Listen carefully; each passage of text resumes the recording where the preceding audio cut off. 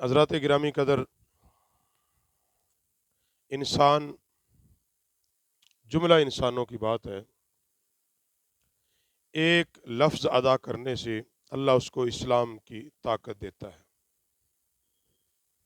کوئی بھی انسان جب کہتا ہے لا الہ الا اللہ محمد الرسول اللہ صلی اللہ علیہ وسلم، دل سے جو ہی وہ اس کو قبول کر لیتا ہے، اس جملے کو کہ اللہ وحدہ لا شریک ہے اور محمد صلی اللہ علیہ وسلم اس کے سچے رسول ہیں، وہ اسلام میں داخل ہو جاتا ہے۔ اور جب بندہ مسلمان ہو جاتا ہے، اسلام میں داخل ہو جاتا ہے، اب اس پہ ذمہ داریاں ہیں کچھ اس کی۔ جب وہ کہتا ہے لا الہ الا اللہ، اب یہ کلمہ اس سے کچھ تقاضا کر رہا ہے۔ تقاضا کیا؟ لا الہ الا اللہ، اللہ کے سوا کوئی معبود نہیں، اللہ کے سوا کوئی عبادت کے لائق نہیں، محمد الرسول اللہ، محمد اللہ کے رسول ہیں۔ جب بندہ اسلام میں داخل ہو جاتا ہے، بندے کی اپنی مرضی ختم ہو جاتی ہے۔ اب اس کو حکم کیا ہے کہ وہ اپنی زندگی اللہ کے احکام اور نبی رحمت صلی اللہ علیہ وسلم کے بتائے ہوئے طریقے کے مطابق گزارے۔ اللہ اپنی عبادت کا تقاضا مسلمان سے کر رہا ہے۔ اللہ اپنے حبیب صلی اللہ علیہ وسلم کی اتباع کا تقاضا مسلمانوں سے کر رہا ہے کہ اے مسلمانوں، جب تم نے یہ کہہ دیا ہے کہ اللہ کے سوا معبود کوئی نہیں، محمد اللہ کے رسول ہیں، تو پھر طریقہ بھی اللہ اور رسول کا اپنایا جائے۔ ہم زبان سے لاکھوں لاکھ کہہ رہے ہیں لا الہ الا اللہ محمد الرسول اللہ، اور طریقے سارے غیروں کے۔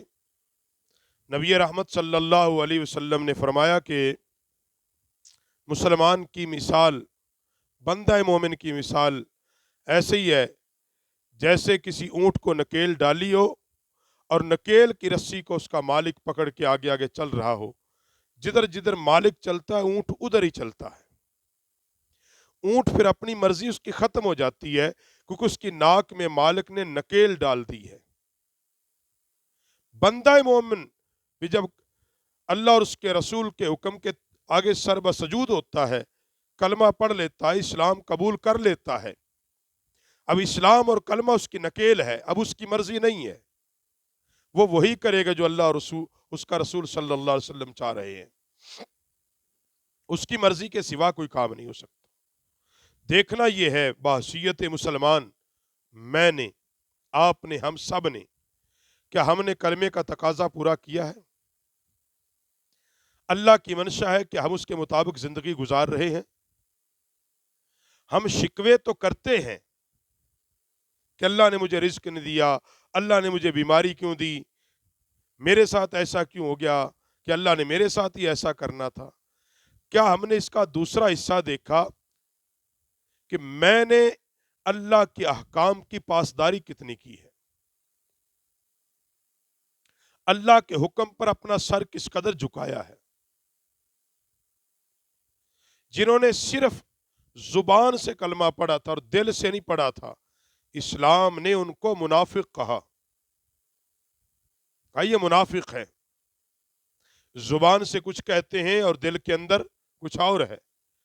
مومن کس کو کہا؟ جو دل و جان سے جنہوں نے کلمہ پڑھا، دل و زبان سے جنہوں نے اسلام کو قبول کیا، پھر انہوں نے اپنی ظاہری شکل و صورت بھی اسلام کے مطابق کی، لباس بھی اسلام کے مطابق کیا، اپنے گھروں کے ماحول بھی اسلام کے مطابق کیے۔ ہم یہ بات تو کہتے کہ ہم مسلمان ہیں، اسلام کو ماننے والے ہیں، کیا ہم نے اپنے گھروں میں چادر تطہیر دی؟ عورتوں کے سروں پر چادر دی؟ نہیں دی۔ اس کا مطلب ہے زبان سے کہتے ہیں، دل سے نہیں۔ ہم نے حضور کی سنت داڑھی رکھی نہیں رکھی، اس کا مطلب ہے زبانی کلامی عاشق ہے۔ غلامی رسول میں موت قبول ہے، سر پہ ٹوپی یا امامہ قبول نہیں ہے۔ حضور کی سنت کے مطابق بال قبول نہیں۔ غلامی رسول میں موت قبول ہے، سنت کے مطابق لباس قبول نہیں۔ غلامی رسول میں موت قبول ہے، مگر سود سے جان نہیں چھڑانی ہم نے۔ غلامی رسول میں موت قبول ہے، مگر رزق حلال خال خال، چند لوگ ہیں جو کماتے ہیں مگر حلال اور حرام کی تمیز نہیں کرنی۔ غلامی رسول میں موت قبول ہے، مگر ہمیں رسول اللہ کی محبت اور اس حضور کا عمل قبول نہیں ہے۔